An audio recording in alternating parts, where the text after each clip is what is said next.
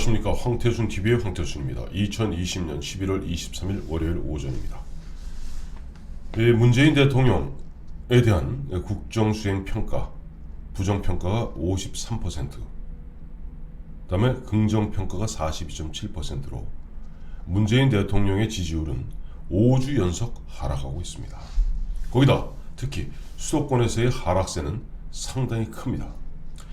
오늘 오전에 발표된 YTN의 의뢰로 리얼미터가 조사, 전국 2,514명을 대상으로 조사한 여론조사 결과입니다. 통상 월요일날 되면은 YTN의 의뢰에 의해서 리얼미터가 전국 2,500명을 대상으로 조사하는 결과를 늘 발표하곤 하죠. 근데 5주 연속, 즉 한 달 넘게 문재인 대통령 지지율은 하락하고 있다고 합니다. 당연한 이야기죠. 얼마 전 보니까 유승민 전 의원이 이런 이야기했죠. 문재인 대통령은 광 파는 일에는 얼굴을 내면서 책임져야 할 부분에 대해서는 꼭꼭 숨어버린다. 그러니 지금 우리 사회가 혼돈과 혼란과 분노와 이런 그 국민들, 유권자들의 그 불만이 가득 차 있는데 거기에 대해서 문재인 대통령은 어떠한 메시지도 내고 있지 않기 때문에 진짜 광팔 일이 아니라 책임져야 될 일이기 때문에 꼭꼭 숨어버리기 때문에 국민들은 점점점 부정평가를 더 세게 하고 있는 것 같습니다. 앞서 말씀드린 바와 같이 긍정이 42.7, 부정이 53%. 그런데 수도권에서 보면 서울은 긍정평가가 38.6%, 경기 인천이 41.4%, 그 다음에 부산, 울산, 경남이 39.5%, 대구 경북이 24.2%, 충청이 44.5%, 다만 호남만 73%를 기록하고 있습니다.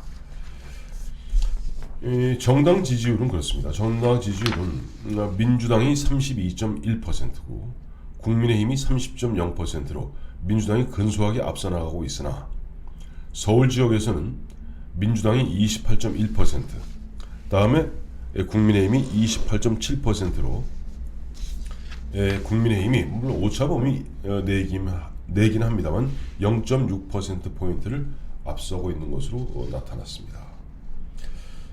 근데 이제 이런 거죠. 우리 애청자 여러분 다 공감하시겠습니다만 유승민 의원이 얘기한 대로 광파는 일에는 얼굴 내고 다음에 책임져야 될 부분은 꼭꼭 숨어버리니 라고 얘기했는데 그렇습니다. 사실 대통령이라는 게 뭡니까? 대통령은 구체적 정책이야 각 부 장관들이 발표하고 또 어느 정도 또 국무총리가 또 평상에 그런 국정 수행은 어떻게 보면 대통령보다 더 열심히 챙겨야 되는 위치가 바로 국무총리죠. 대통령은 결국 메시지입니다. 국민 통합의 메시지를 어떻게 내느냐. 국민들이 아파하고 진짜 답답해하는 부분을 어떻게 시원하게 한번 긁어주느냐. 이것이 대통령의 역할이죠. 즉 대통령은 말로 대통령하는 겁니다. 마침 어제 YS 대통령 돌아가신 지 5주기 됐습니다만 김영삼 전 대통령이 취임 초에 그렇게 인기가 있었던 것은 시원한 메시지 전달로서 국민들의 답답한 마음을 뻥 뚫어주었기 때문에 초기에는 이른바 신한민국 창조라는 그런 캐치프레이즈 하에 90%가 넘는 지지율을 구가할 수 있었죠. 그런데 지금 보면 국민들이 좀 답답해하는 부분이 가장 큰 것은 역시 부동산 대책입니다. 지난주에도 보면 또 전월세 대책 발표했습니다만 대책이라 할 것도 없죠. 그야말로 땜빵에 땜빵, 땜질에 땜질을 거듭하고 있을 뿐입니다. 이 문재인 정부, 진보 좌파들의 그 비뚤어진 이 부동산 관, 그러니까 투기꾼들이 몽땅 설치는 듯 그런 범죄의 소굴로 만들어 놓고 이렇게 저렇게 때려잡으려 하다 보니까 멀쩡한 대다수의 국민들이 피해를 보고 있는 거죠. 거기 피해를 보고 아우성치는데 거기다가 어떠한 이야기도 내놓지 않고 오히려 민주당의 핵심들이 염장을 지르고 있습니다. 추미애 법무장관 지금 한 달, 몇 달입니까? 지금 5주 연속 보니까 지난 10월 23일이던가요? 한 달 전이죠. 그때 윤석열 검찰총장이 국회에 나와서 그런 얘기했죠. 보면 김도우 의원의 질문에 흔한 이야기로 지금 나는 오로지 뭐 검찰총장 역할을 다 하겠습니다만은 그 이후로는 어떻게 될지 모르겠다 라고 이야기하면서 뭐 우리 너무나 잘 알고 있는 추미애 장관하고 한판 대판 붙습니다. 그 추미애 법무장관 보니까 윤석열 검찰총장 감찰한다, 모욕을 주고 있고 특활비 문제하고 감찰하겠다 하면서 평검사 둘을 보내서 뭐 대면 조사하겠다, 이러한 모습들이 국민들의 눈에 제대로 비춰지겠습니까? 정말 추미애 법무장관의 난동으로 밖에 비춰지지 않죠. 그러니 국민들 입장에서는 문재인 대통령, 문재인 정부에 대해서 등을 돌리는 것은 너무나 당연한 겁니다. 거기다 또 오늘부터 이제 코로나 2단계로 격상되니까, 그동안 2단계 격상되니까 이제 흔한 얘기로 연말 연시 장사는 다 망했다. 올 한 해 내내 코로나 갖고 쥐락펴락 1단계 2단계 왔다 갔다 하면서 국민들을 조삼 모사의 원숭이 취급했던 문재인 정부, 또다시 무엇이 됐는지 갑자기 이제 코로나 2단계로 늘려가고 있죠. 하나하나 짚어보겠습니다. 전월세 대책 관련해서 우리 국민들 염장을 가장 크게 질렀던 것은 바로 진선미 의원입니다. 그 관련 보면 특위의 위원장인데, 아파트에 대한 환상을 버려라. 자기 자신은 버젓이 아파트에 살고 있으면서 아파트에 대한 환상을 버려라. 아니, 젊은이들이 자기 배우자 만나서 가정을 꾸리고 또 자식을 낳고 그 자식 좀 더 좋은 환경에서, 좀 더 깨끗한 환경에서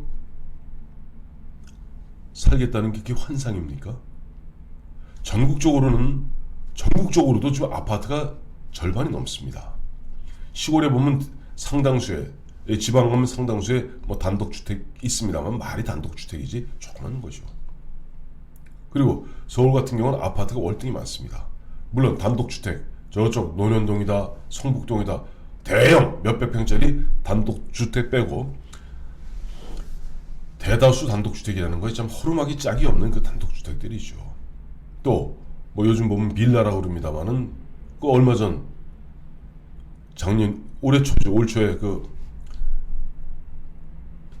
국민들 아카데미상 받았던 기생충, 그 뭐 보면 그 밑에 연립주택 같은 데 사는, 그 지하 반지하에 사는 그런 경우 제외하고는 상당수가 아파트에서 좀 깨끗한 보다 쾌적한 환경에서 살고 싶은 것은 환상이 아닙니다.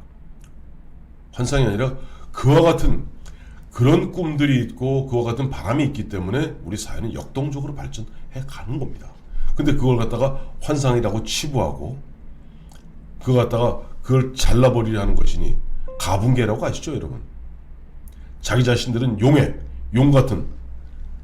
자식 같은 그 삶을 살면서 너 일반 서민들은 가재나 붕어나 개구리 같은 삶을 살아라 하고 지금 강요하고 있는 겁니다. 그리고 국민들이 화가 날 수밖에 없죠.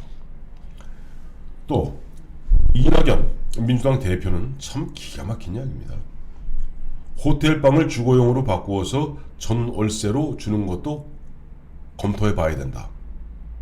말이 좋아서 호텔방이지. 예를 들어서 그 호텔방이라는 것이 뭐 신라호텔이나 무슨 뭐 5성급, 6성급, 4성급 호텔 얘기하겠습니까? 말이죠, 호텔방이지. 지금 보면 요즘 코로나 때문에 공실이 많이 나는 모텔들, 조그만 모텔, 그저 서너 평 되는 방 갖다가 거기서 살아나는 거 아닙니까? 그러니 이낙연 씨가 이런 같지 않고 되지 않은 얘기하는데 또 진보 좌파에 뭐 글로 흉내를 내고 있는 김어준이라고 있습니다. 김어준은 여인숙에서 1, 2년 사시는 분도 있다. 정말 염장을 지릅니다. 물론 예전에 보면 사업에 실패하고 쫓기다 보면 그 여인숙 쪽방 같은데 또 저쪽 벌집방 같은 데서 1, 2년 살면서 재기와 재활에 꿈을 꾸시는 분들이 있었어요. 이것이 정상이 아니지 않습니까? 극단적이고 비정상적인 그런 모습을 갖고 그렇게 사는 분도 있으니까 김어준 씨는 60평, 70평짜리 단독주택에 살면서 여인숙에서 1, 2년 사는 분도 있다고 너무나 당연하다고 받아들이라고요? 김어준 씨, 당신부터 연휴 가서 1년 살아보십시오. 자, 이런 가운데 이 전월세 대란 이렇게 퍼져 있으니 오늘도 YTN과 리얼미터, 아까 그 YTN 리얼미터 두 가지 조사입니다. 하나는 대통령 국정 수행의 지지율과 평가죠. 그다음에 별개 이제 이슈인 그 전월세 대책해서 YTN 리얼미터 조사를 했더니 이번에 지난주에 발표한 전세 대책, 문정부의 전세 대책 효과가 없을 것이다가 54.1%입니다. 특히 주로 이제 전세의 대상자가 되는 게 30대가 되겠죠. 30대는 64.1%가 전세 대책 효과 없을 것이다, 없다라고 이야기하고 있습니다. 자, 이와 같이 이 전세 대책, 취미의 코로나 2단계 이런 가운데에도 이들은 눈도 하나 깜짝 안 합니다. 왜? 코로나 2단계 하면 국민들이 고통스럽죠. 9시 되면은, 저녁 9시면 일반 음식점 다 문 닫습니다. 아마 썰렁하게 다 죽을 겁니다. 경기 완전히 죽을 겁니다. 경기 완전히 죽여놓고 슬그머니 내년 한 2월쯤 돼서 또 2단계를 1단계로 낮춥니다. 낮추면서 또 그렇게 하겠죠. 마치 이번 4.15 총선 앞두고 돈 풀었듯이 서울과 부산 등 긴급 재난지원금을 갖다가 국지적으로 풀겠죠. 국민들은 2단계로 고통스럽게 저녁 9시 이후에는 밥도 못 먹고, 음식점에서 밥도 못 먹고 이러다가 어느 순간 1단계를 낮추면 12시까지 밥 먹을 수 있으면 감사하게 됩니다. 이와 같이 이들은 조삼모사 원숭이를 놓고 아침에 3개, 저녁에 4개 주다가 저녁에 4개, 아침에 4개, 뭐 저녁에 3개 주면 뭐 화를 내고 뭐 또 거꾸로 하면 좋아. 국민을 갖다 원숭이 취급하는 거죠. 그런 식으로 자기들 이 지지율에 연연하지 않고 또 이번 주부터는 갈 때까지 가보자는 식으로 보면 공수처법 강제 통과시키겠답니다. 개정안. 또 이런 기업규제 3법 억지로 밀어붙이겠다고 합니다. 그래도 떨어질만 하면은 2단계를 1단계로 풀고, 돈도 안 들잖아 이거는.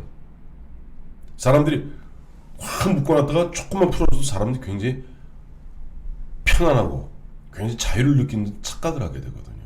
거기다 적당한 긴급재난지원금만 때리면 내년 서울과 부산 보궐선거도 자기들의 충분히 승산이 있다고 판단하는 것 같습니다.